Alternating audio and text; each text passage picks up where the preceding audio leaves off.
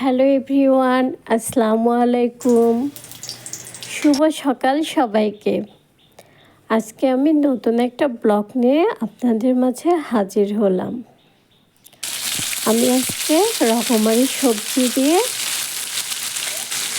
পুরপুরা সবজি করব। দেখুন আপনারা, আমি একে একে সব উপকরণগুলো দিয়ে দিচ্ছি।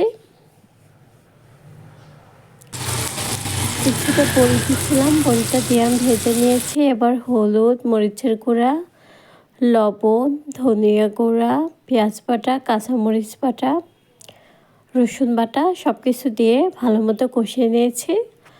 আর এখানে আমার আগে থেকে পালং শাক, পুঁইয়ের ফল, আলু, কাঁচা টমেটো, বেগুন সব কিছু ধুয়ে পানি ছড়িয়ে রেখেছি।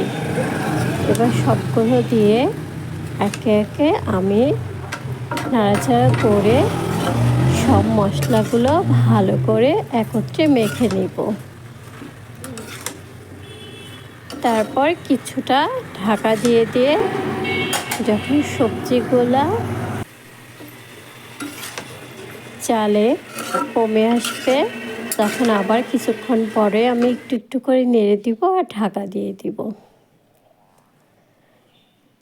অল্প অল্প পানিতেই, তবে আমার সবজির যে পানিটা ছিল ও পানিটাতেই আমি কষিয়ে নিচ্ছি।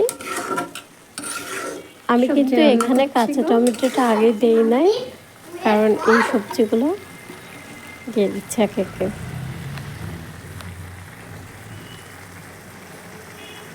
ফলের কালারটা তো খুব সুন্দর এসেছে।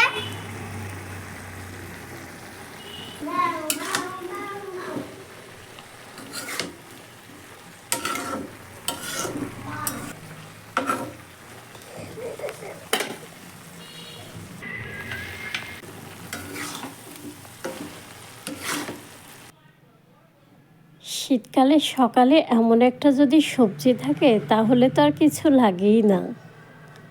গরম ভাত বা রুটির সাথে অনেক বেশি মজা লাগে এই সবজিগুলো। এভাবে একবার রান্না করে আপনারা খেয়ে দেখুন। এই সবজিতে আমি একদম রস রাখবো না, মাখা মাখা করে সবজিটা রান্না করব।